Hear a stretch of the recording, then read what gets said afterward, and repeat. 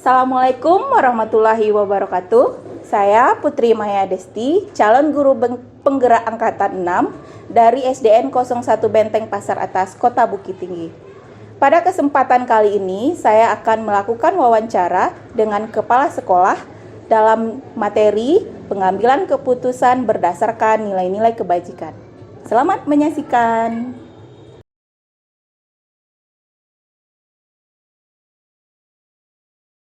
Umi, kami dari CGP Putri Maya Desti sama Anggun Purnamasari izin Umi melakukan wawancara tentang pengambilan keputusan berdasarkan nilai-nilai kebajikan oleh kepala sekolah. Boleh Umi? Oke. Umi, bagaimana Umi mengidentifikasi kasus-kasus yang merupakan dilema etika atau bujukan moral? Bagaimana Umi membedakannya, mana yang etika, mana yang bujukan moral? Untuk di sekolah kita ini ya, tentu di tempat Umi memimpinnya nak. Ya. Yang pertama cara mengidentifikasi kasus dilema etika yang ada di sekolahku. Yang penting sekali kita ingat dulu kalau dilema etika moral itu kan perang antara benar dan benar itu nak, versus benar dan benar. Pihak satu benar, pihak satu lagi benar. Itu yang akan kita ambil keputusan, ya nak. Seperti yang pertama tentu mengelompokkan kasusnya, kita kelompokkan dulu kasusnya. Mungkin ini masalah antara individu atau kelompok kecil dengan masyarakat atau dengan kelompok besar, ya nak. Kemudian kedua, memahami kasusnya. Seperti kalau untuk memahami kasus ini kita lebih cenderung mendahulukan rasa, karena kan ini berhubungan dengan etika moral. Seperti kadang-kadang kita harus komit rasa keadilan harus melawan rasa kasihan, ya nak. Jadi kan sama benar keduanya itu. Ini rasa keadilan, ini rasa kasihan. Di salah satu kasus misalnya ada teman kita berkasus. Tetapi karena kalau kita peturutkan merasa itu kan kasihan kita. Tapi keadilan untuk bagaimana nanti kalau sampai di si A, si B, si C dan seterusnya.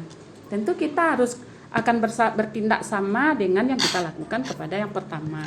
Di sini maka kita harus kuat teguh dengan rasa. Jadi rasa keadilan lebih kita dulukan daripada rasa kasihan kita tadi ya. Itu kan. Kemudian bisa juga kita harus berpegang teguh kepada peraturan. Kalau di Minang ini kan tiba di mato dipiciangkan, tiba di paruit di kampihan. Itu memang harus kita di dalam menentukan sebuah kasus. Jajali si Umi, ya nak. Umi Bu Nel tuh kawan Umi dia. Ada saatnya Umi bertindak sebagai teman. Ada saatnya Umi bertindak sebagai pimpinan. Di situ lain dikatakan tadi rasa keadilan melawan rasa kasihan itu. Itu mungkin yang perlu kita terapkan. Kemudian kebenaran melawan kesetiaan itu juga harus kita dalam mengidentifikasi itu kebenaran yang harus kita utamakan daripada kesetiaan nanti. Mungkin itu cara Umi untuk mengidentifikasi kasus-kasus yang ada di sekolah. Terus bagaimana Umi menjalankan pengambilan keputusan sekolah? Terutama yang kasus-kasusnya di mana ada dua kepentingan yang sama-sama benar atau sama-sama versus. Iya. Benar sama benar. Benar sama benar. Yang ini benar, ini juga benar. Bagaimana Umi mempertimbangkannya? Jadi dalam mengambil keputusan seperti yang Putri Anggun sebutkan tadi, yang pertama sekali Umi harus menyaring masalahnya dulu. Kita saring masalah tuh yang berhubungan dengan etika, kesopanan, dan norma sosial. Kita saring. Kemudian kita ambil keputusan itu berbasis kepada hasil, kemudian kepada peraturan dan rasa peduli. Berarti di sini kita seperti soal nomor 1 tadi. Memang kadang-kadang kita perang batin kita di saat yang satunya benar, yang satu lagi benar, kita di antaranya. kan terjadi dilema. Tapi maka kita harus berpedoman kita kepada peraturan. Juknis lah salah satu yang harus kita utamakan, peraturan juknis. Jadi kalau seandainya rasa perlu kita gunakan untuk mengambil suatu keputusan, itu mungkin sifatnya terlalu urgen. Urgent. Urgen. Itu yang disebut itu ibarat mengambil rambut di dalam tepung. Rambutnya tidak putus, tepungnya tidak tumpah. Nah, dari kasus-kasus yang tadi sama-sama benar atau disebut dengan dilema etika itu, Umi kira-kira langkah-langkah atau prosedur seperti apa sih yang biasanya Umi lakuin selama ini agar masalah yang sama-sama benar tadi mendapatkan jalan atau solusi yang keputusan yang tepat dan baik untuk semuanya gitu, Umi? Iya. Yang pertama kita identifikasi masalah dulu, Nak. Kita identifikasi masalah. Kemudian kita tentukan pihak yang terlibat, siapa saja pihak yang terlibat dalam suatu permasalahan tersebut. Kemudian kita kumpulkan fakta-faktanya, uji benar salahnya. Kita ambil keputusan berdasarkan rasa peduli dan rasa keadilan. Situ mungkin campur aduk ya dah. Bu, saya boleh izin enggak, Bu? Ini contoh untuk kita sertifikasi. Keluarga saya meninggal, Bu. Saya harus ke sana. Harus meninggalkan tugas saya sehari ini, Bu. Sementara untuk kedinasan awak syarat untuk mengambil sertifikasi harus hadir terus. Gimana kita memutuskan?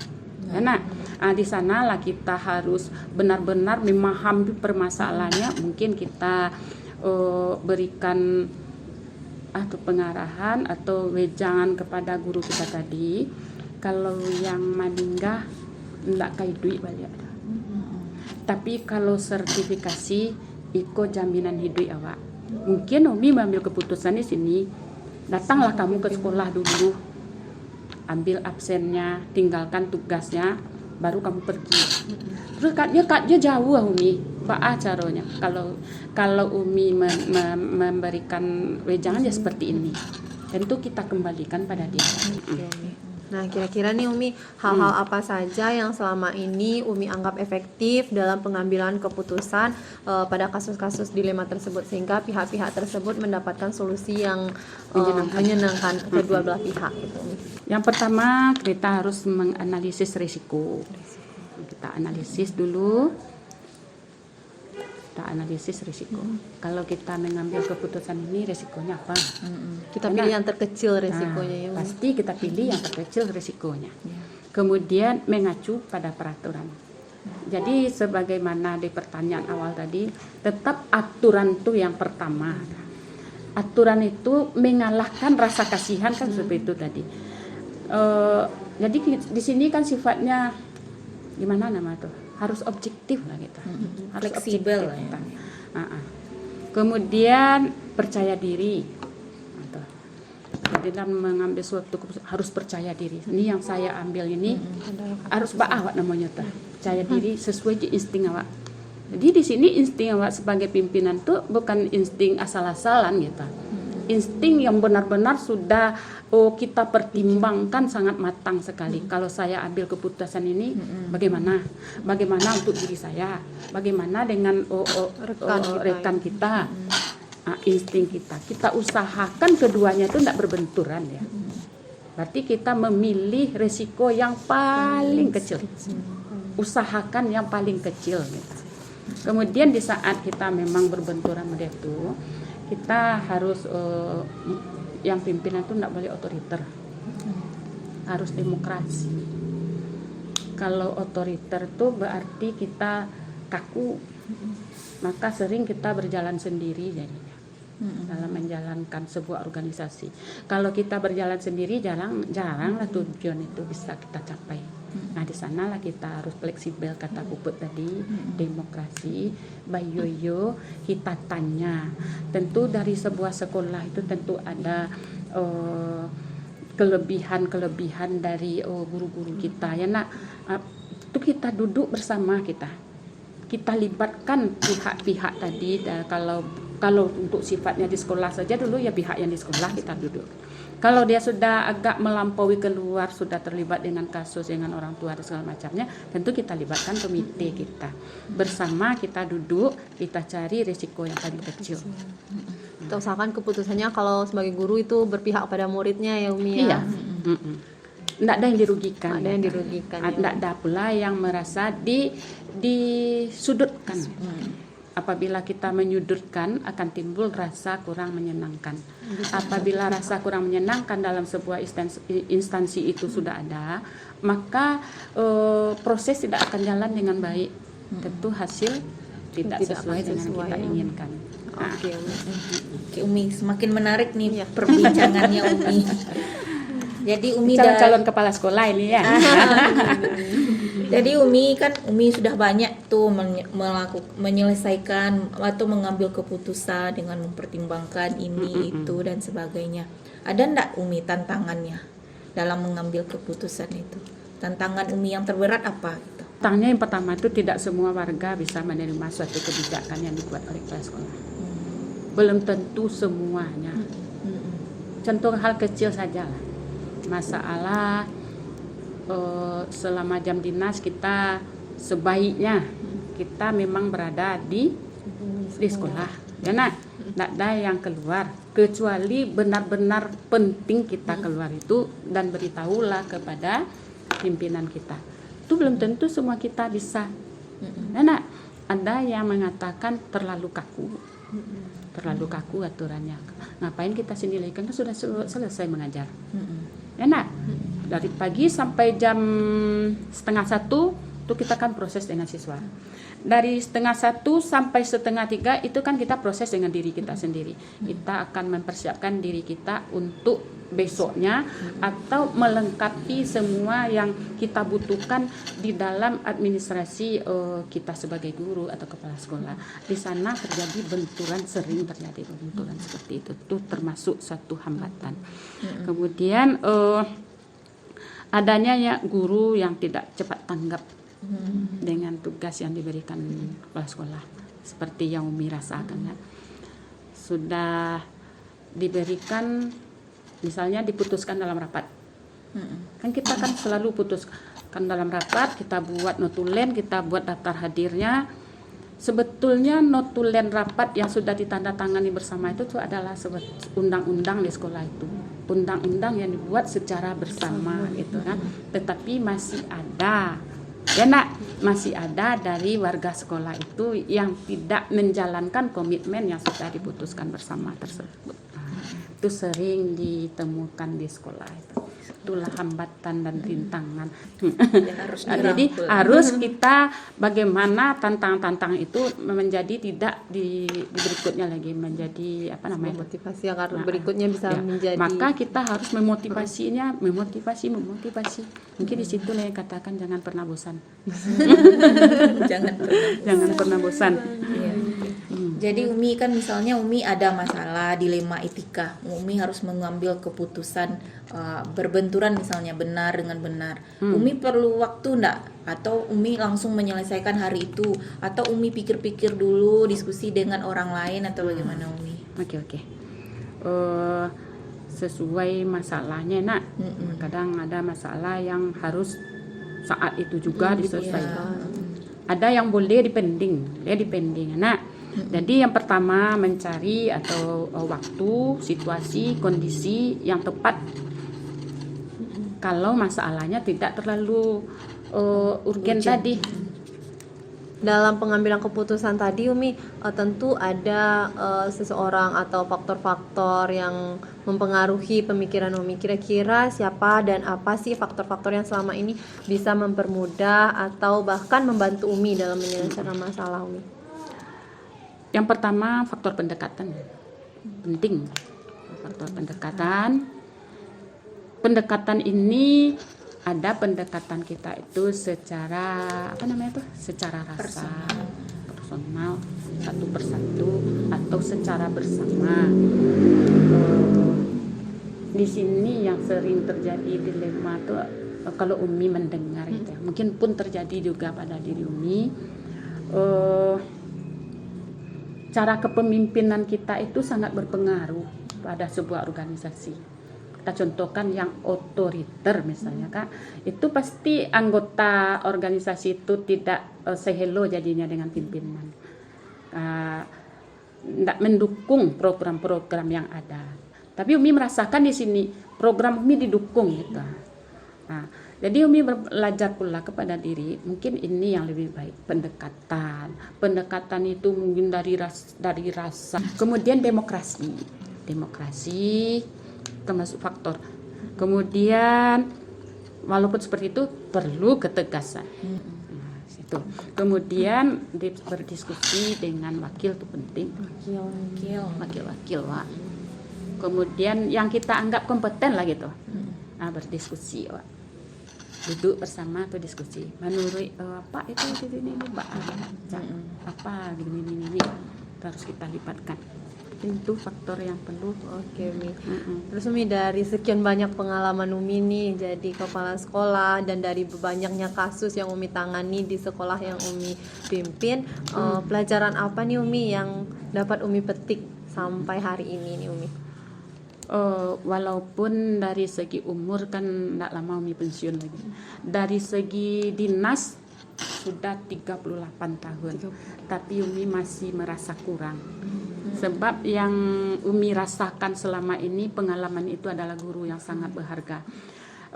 Ilmu yang kita dapatkan di bangku resmi itu formal gitu. Nah, itu hanyalah sebagai pendukung Umi rasa.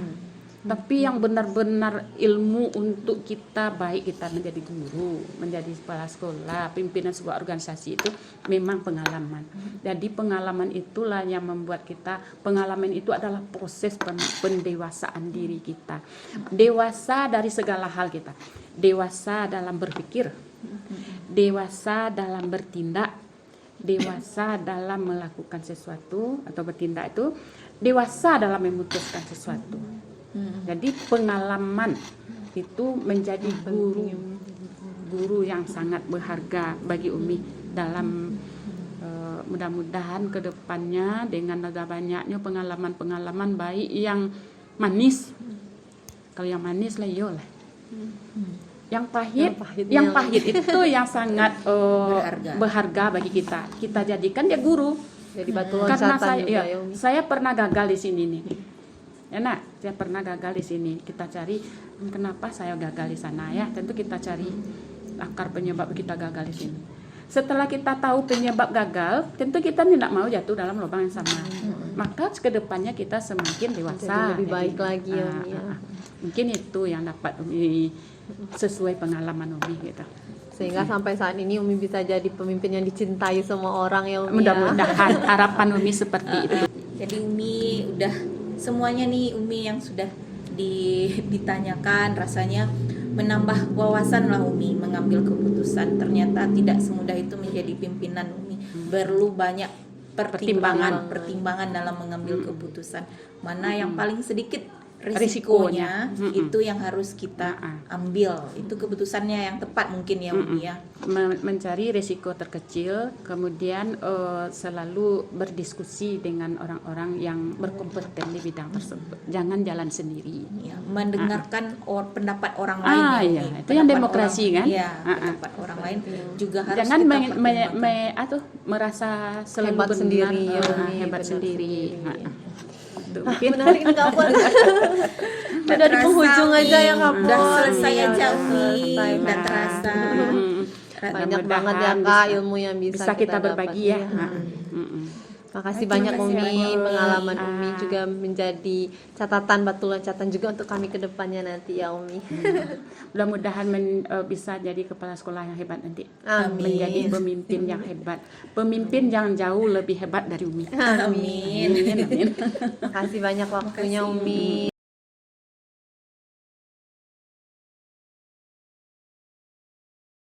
Assalamualaikum warahmatullahi wabarakatuh Ibu. Waalaikumsalam warahmatullahi wabarakatuh. Baik Ibu, saya dari calon guru penggerak angkatan 6 Putri Maya Desti sama Anggun Purnamasari akan melakukan wawancara mengenai pengambilan keputusan oleh pimpinan. Bagaimana Bu, Ibu bersedia? Insya Allah bersedia. kita enjoy saja ya Bu Iya, ya. iya, iya. Ya. Selama Ibu menjadi kepala sekolah tentu banyak terjadi kasus-kasus di mana ada dilema etika dan ada bujukan moral. Nah, untuk menentukan mengidentifikasinya bagaimana Ibu cara menentukan mana yang bujukan moral, mana yang dilema etika? Berarti kita melihat kasusnya dulu, berbentuk apa kasusnya. Kalau seandainya kasusnya itu misalnya antara guru di sekolah, misalnya kita kekurangan guru, sementara yang anak didik itu harus belajar. Bagaimana caranya? Nah, ini Ibu rasa ini dilemanya menyangkut dengan benar dan benar ini. Kemudian ada juga misalnya di sekolah kita punya satpam. Ternyata ada wali murid yang ingin melanggar disiplin yang sudah kita buat di sekolah. Terus dia menerobos masuk ke sekolah kita tanpa seizin dari satpam. Ini Bu rasa itu kan dilema bujukan moral. Jadi kita identifikasi dulu masalah tersebut. Bagaimana cara kita mengatasinya? Tentu kita sesuaikan dengan, kalau benar dengan benar, kita ambil mana yang akan terbaik untuk sekolah tersebut dan tidak akan memberikan, tidak akan ada korban di sana gitu. Terus Bu, misalnya dilema ini benar dengan benar. Ada kasus semuanya benar dengan benar. Bagaimana caranya Ibu menyelesaikannya? Yang pertama itu kita harus lihat dahulu benar dengan benarnya ini berbentuk apa. Seperti yang Ibu bilang tadi, misalnya kita kekurangan, kita tidak supaya anak tidak ketinggalan belajarnya. Sementara kita harus memilih guru untuk menggantikannya. Contohnya yang sudah pernah Ibu lakukan, itu Ibu memanggil guru olahraga, contoh ini guru olahraga, kemudian Ibu minta bantuan bagaimana caranya supaya anak kita ini tidak ketinggalan dalam belajar. Dan juga kebetulan guru ini juga pernah sebagai guru kelas. Nah, jadi artinya ada basicnya di sana. Jadi artinya dia mampu juga untuk mengajar kelas rasanya. Jadi di sana Ibu mengambil keputusan supaya yang guru ini juga tidak kena di aturan dan juga yang sekolahnya berjalan dengan lancar. Makanya di sanalah kita harus mendiskusikan terlebih dahulu. Setelah kita diskusikan dan juga yang guru tersebut sudah bersedia, ini juga harus kita sampaikan kepada yang guru-guru yang lain. Sebab nanti guru-guru yang lain kalau kita tidak sampaikan tentu akan bertanya-tanya. Sebab guru olahraga ini otomatis dia akan meninggalkan kelas yang dia ajar. Tetapi ketika kita menyampaikan kepada guru olahraga apakah dia bersedia ketika dia mau mengajar di kelas yang satunya ini, dia bersedia meninggalkan kelasnya, tentu dilihat juga guru, tergantung kepada guru bidang studi. Nah, di sana kita atur lagi yang guru bidang studi olahraga tadi di kelas mana saja dia mengajar. Itu bisa kita atur lagi. Mungkin jamnya. Kalau guru kelas kan bisa saja untuk merubah jadwal, apalagi dengan tema pembelajaran dengan tema itu barangkali seperti itu. Intinya dengan mendiskusikan dengan semua yang pihak yang terlibat. Iya. Yang pertama adalah dengan orang yang bersangkutan dulu kita tanya kesediaannya. Kalau dia sudah bersedia, baru kita lempar kepada yang lainnya. Yang lainnya itu supaya dia juga mengetahui, gitu. Supaya jangan ada miskomunikasi nanti. Gitu. Oke Bu, menarik sekali nih Bu dari cerita dan pengalaman Ibu tadi. Nah kira-kira Bu, sebelum pengambilan keputusan tadi, langkah-langkah atau prosedur seperti apa nih yang biasanya Ibu ambil dalam mengambil keputusan itu? Oh gitu. Yang pertama kita melihat analisis resikonya dulu. Bagaimana risiko yang akan dihadapi kalau seandainya ini yang kita lakukan, apa risikonya? Yang ini yang kita lakukan, yang B yang kita lakukan apa risiko? Berarti kita analisis dulu risikonya tersebut. kemudian kita mengambil risiko yang paling kecil. Nah, itu yang akan kita sampaikan nantinya. Kemudian bercermin dari aturan. Bagaimana aturannya? Kalau menyalahi aturan seperti yang Ibu sampaikan tadi, tentu itu tidak mungkin kita lakukan. Atau kita cari solusi bagaimana yang terbaik nantinya. Kemudian yang ketiga yaitu mempercayai. Nah, ini insting diri ini perlu ini. Kita pasti manusia mempunyai rasa insting. Nah, kita juga harus percaya kepada diri kita sendiri. Artinya apa yang akan kita lakukan, kita juga harus bisa menanggung segalanya. Baik itu risikonya harus bisa kita tanggung. Tetapi biasanya keputusan itu kita tentu mengambil yang terbaik, yang sedikit risikonya tadi. Kemudian baru berbicara dengan Oke ya. ya warga lain. Sekolah Nah, kira-kira Bu, hal-hal apa saja nih Bu yang Ibu anggap efektif dalam pengambilan keputusan pada kasus-kasus tersebut? Yang efektif dalam mengambil keputusan. Setiap pimpinan dia pasti punya keputusan, yakin Ibu, ya. Tetapi keputusan kita itu tidak selamanya benar untuk orang banyak. Makanya kita harus mendiskusikan juga. Kalau seperti Ibu kan punya wakil-wakil, Ibu akan meminta pendapat kepada wakil-wakil tersebut bagaimana, terus semuanya itu akan kita rangkum, mana yang paling terbaik itu yang kita ambil. Jadi tidak memang kita rangkul dulu iya, ya Bu. merangkul juga. Jadi tidak hanya keputusan kita saja, walaupun kita punya, tetapi kita harus sebaiknya, bukan harus ya, sebaiknya kita juga mendiskusikan dengan wakil-wakil. Sebab wakil-wakil itu kadang-kadang ide-idenya juga bagus. Nah, kadang tidak ada terpikirkan oleh kita, yang lain itu terpikirkan. Namanya manusia itu kan tidak ada yang sempurna. Ya.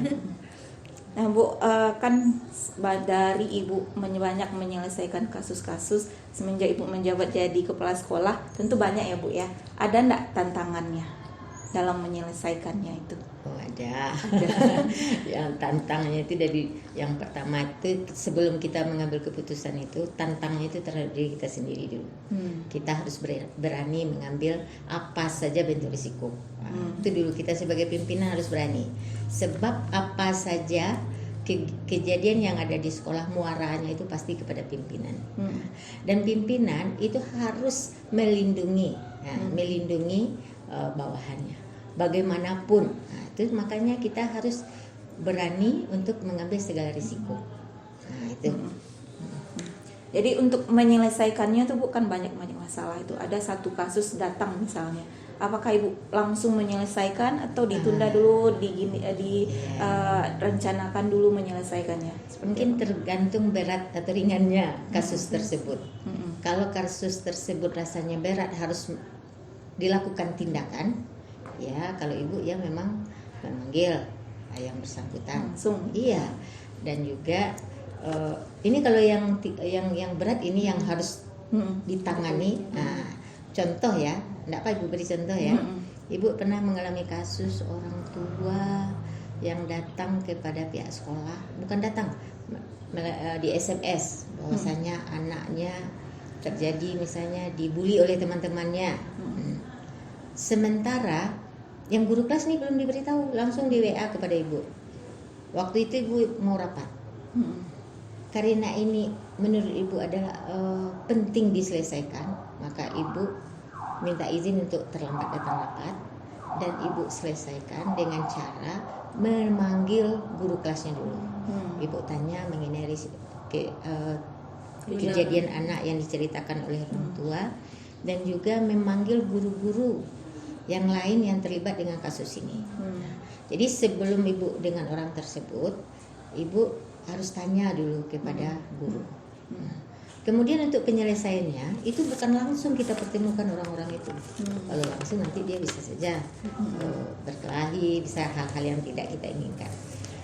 Melainkan setelah kita tanya dengan guru, kita tanya lagi kasus kepada anak yang bersangkutan dan juga anak yang dirasa membuli tadi. Dia itu kita bedakan, itu tidak disamakan. Nanti setelah kita dapat data dari guru, dari si anak yang bersangkutan, dari anak yang membuli, itu kan kita sudah dapatkan data itu. Barulah kita pertemukan orang tersebut. Nah, di sanalah penyelesaiannya. Jadi nanti kita harus dalam penyelesaiannya itu berdasarkan aturan-aturan yang sudah kita buat. Nah, kalau seandainya memang terjadi kesalahan terhadap anak setelah kita tanya, itu kita sebagai pimpinan kepada guru harus menyampaikan bahwasanya ini perlu sekali guru-guru memberikan arahan kepada anak. Nah, supaya tidak terjadi lagi risiko. Karena kalau ibu mengambil keputusan, selagi wali kelas itu mampu dia untuk menyelesaikan, diselesaikan dulu. Tapi kalau sudah tidak mampu lagi, itu butuh bantuan dari ibu, itu baru ibu akan berikan bantuan atau untuk pengambilan keputusan akhir lah. Jadi memang harus mendengarkan informasi dari kedua belah pihak ya, Bu, agar tidak mungkin, salah mengambil tidak keputusan. mungkin kita satu pihak aja kita udah emosi langsung begini-begini, tidak mungkin. Iya. Harus kita identifikasi dulu masalahnya tersebut. Jadi ada juga di sana pengendalian emosi ya, Bu ya. Iya, Nanti tergantung. datang SMS kan, kita langsung Iya. emosi, kan harus ada Iya. pengendalian emosi. Sudah kontrol emosinya ya Iya. takutnya. Ya memang kalau jadi pimpinan harus bisa mengendalikan emosi. Tapi kalau seorang pimpinan belum bisa mengendalikan emosi, kalau dari ibu belum bisa dia jadi pimpinan. Sebab apa? Yang akan dihadapinya banyak kan? Iya. Jadi kalau emosinya belum bisa terkendali, otomatis nanti tidak kebijakan yang diberikannya tidak positif. Terburu-buru ya. Terburu-buru, ya. Iya. Nah, dari banyaknya kasus dan pengalaman ibu nih selama ini apakah ada faktor-faktor yang membantu ibu dalam menyelesaikan kasus tersebut? Oh iya ada, tentu ada ya. Sebab di sekolah itu kita kan punya ada yang namanya wakil. Seperti di sekolah ibu, karena sekolahnya besar, anaknya banyak, gurunya juga banyak. Maka kami membentuk wakil kesiswaan, sarana prasarana, wakil kurikulum. Jadi untuk kalau seandainya ada pengambilan itu, ibu panggil itu wakil-wakil. Nah, ya, kita panggil wakil. Jadi setelah kita diskusi dengan wakil, nah itu akan melahirkan sebuah keputusan. Kadangkala ada juga ketika keputusan itu, ketika apa yang diberikan oleh wakil-wakil itu tidak sesuai dengan yang seharusnya, itu juga akan lahirlah keputusan kita sebagai kepala sekolah, kan ada juga.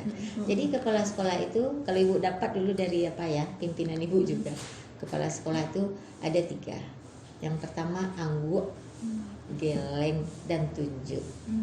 Kapan kita mengangguk? Apabila memang yang dilakukan itu benar. Kapan kita menggeleng? Apabila itu tidak sesuai dengan aturan. Kapan kita menunjuk? Apabila hal itu tidak perlu dimusyawarahkan. Sebab kalau kita musyawarahkan tidak akan selesai-selesai. Saatnya tunjuk kepala sekolah itu main. Menarik nih Bu. Kemudian Bu, selanjutnya dari banyaknya pengalaman yang udah Ibu alami sekarang, nah pembelajaran apa kira-kira yang dapat Ibu petik dari banyaknya tantangan tadi Bu? Yang pertama pengendalian emosi. Itu memang wajib itu pengendalian emosi tadi itu. Ya, karena ketika kita mendapatkan ada kebijakan yang harus kita berikan, itu memang harus kita pilih-pilih dulu sebelum kita memutuskan segala sesuatu. Jadi termasuk ada pengorbanan diri, termasuk pengorbanan diri kita. Kenapa? Karena yang kita rencanakan seperti ini, ternyata kejadiannya seperti ini. Kan tidak semua apa yang kita inginkan itu bisa kita terlaksana. Jadi kita harus siap mental juga untuk menerima segala risiko, ide-ide kita yang menurut kita cemerlang tetapi tidak bisa dipakai untuk orang banyak. Kita harus siap untuk menerima hal itu. Ya, yang penting segala apa yang kebijakan yang kita ambil, risikonya seperti yang pernah Ibu apakan juga, ambil yang paling sedikit risikonya. Seperti itu. Nah, Nggak terasa Bu, udah habis pertanyaannya. Banyak pelajaran yang kami ambil dari wawancara Ibu tadi. Yang pertama tentu dalam mengambil keputusan kita harus menganalisisnya dulu. Iya. Terus yang poin yang dicatat Ibu, kita harus melindungi bawaan atau rekan-rekan kita, Iya. melindunginya. Terus ada 3 yang tadi itu, angguk, geleng, tunjuk. Itu jadi apa Bu? Jadi Sebuah cameo ya. Iya. Iya, betul itu. Terus yang paling penting yang besar itu adalah pengendalian emosi kita ya Bu ya, dalam mengambil keputusan. Udah kan? Udah Bu, mungkin hanya itu Bu wawancara kami pada hari ini. Terima kasih banyak Ibu sudah meluangkan waktu untuk menjawab beberapa pertanyaan dari kami Bu, Berbagi pengalaman. berbagi pengalaman. Mudah-mudahan nanti menjadi pemimpin yang betul-betul bijaksana, yang bisa mengayomi semua yang ada di sekolah, baik dari segi siswa juga guru, semua, pokoknya semua warga sekolah lah. Itu harapan Ibu nanti ya. Iya. Ini jadi memang kalau guru penggerak ini nantinya akan jadi seorang pemimpin nanti. Ya, Minimal di kelasnya dulu ya Bu ya. minimal di kelas ya. Kalau sekarang kan di kelas sudah jadi pimpinan. Tapi harapan Ibu mudah-mudahan guru penggerak ini nanti jadi semuanya jadi kepala sekolah. Iya, sebab sudah banyak pengalaman kan. Nah, contohnya saja wawancara ini sudah ada pengalaman kan. Ya memang lebih harapan memang seperti itu. Semua guru-guru kalau dapat memang apa yang sudah dipelajari itu akan direalisasikan ke dalam bentuk kenyataan. Amin, insya Allah. Amin. Makasih ya Ibu, kita akhiri wawancaranya Ibu. Terima kasih sudah meluangkan waktunya.